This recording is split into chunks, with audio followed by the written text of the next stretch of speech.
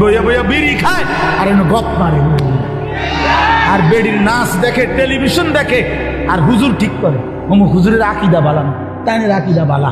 বিড়ি খান না, এটা কোন আকিদা? এটা বিড়ি খানা, এটা কি আকিদা? সুন্নি আকিদা না ওয়াহাবি আকিদা? কি তাই বিড়ি খানা এটা কোনটা পড়ছে?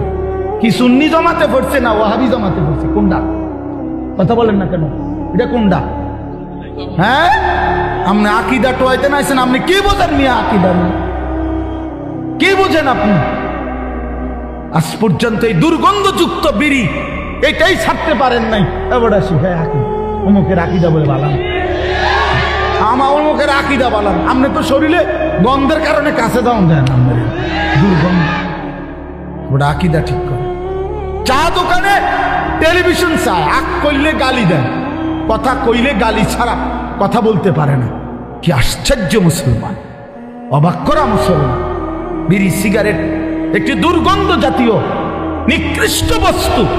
আল্লাহ নবী সাল্লাল্লাহু আলাইহি সাল্লাম ইন্তেকাল পর্যন্ত কোনোদিন দুর্গন্ধ নবী পছন্দ করতেন না।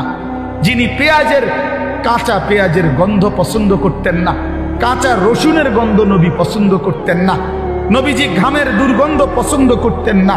আল্লাহ নবী সাল্লাল্লাহু আলাইহি সাল্লাম যখন হাঁটতেন ওই জায়গাটা, রাস্তাটা পুরা মেশক আম্বরের ঘ্রাণ হয়ে যাইত। তার পবিত্র দেহ থেকে ঘাম ঝরিলে সেটা আতর হিসাবে সাহাবায়ে কেরাম ব্যবহার করত। এত পবিত্র, এত সুঘ্রাণ। নবীজি বলতেন, তিনটা জিনিস দুনিয়াতে আমার সবচেয়ে প্রিয়। একটা হলো আতর, 1 নাম্বার সুগন্ধি, আত্মীব। 1 নম্বরে নবীর ভালোবাসার বস্তু ছিল সুগন্ধি, আতর। আল্লাহ নবী সাল্লাল্লাহু আলাইহি সাল্লাম, আমি এইমাত্র আমার হারিস ভাই আমার আতর দিতে মানে দিছি, এখন ওনার ওই যে বয়ান করলো, তোমার বন্ধু দোস্ত মানুষ, আমি আতর লাগাইতেছি, ওই যে চমৎকার গ্রাম, নেন আপনার হাত দিয়ে দিলাম, এই যে এখন দিয়ে আয়া পড়ছি পকেটেরটা।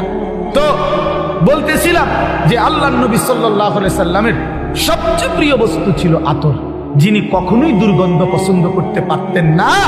এই মুসলমান, এই দুর্গন্ধওয়ালা, এই বিড়ির গন্ধওয়ালা মুখ নিয়া সেই নবী যিনি চিরদিন সুগন্ধিময় ছিলেন, তার সামনে কেমনে দাঁড়াইবেন সুপারিশের জন্য? লজ্জা করবে না? হ্যাঁ, শরম করবে না? ফেরেশতা যদি ধাক্কা মারে, সর বেটা, বিড়ির গন্ধে কাঁচা যাবে, সর। তোর আবার কি সুপারিশ বেটা? তখন কি বলবেন? তখন কি বলবেন বলেন? ইনসাফ করে বলেন। এজন্য ছেড়ে দেন দুর্গন্ধ।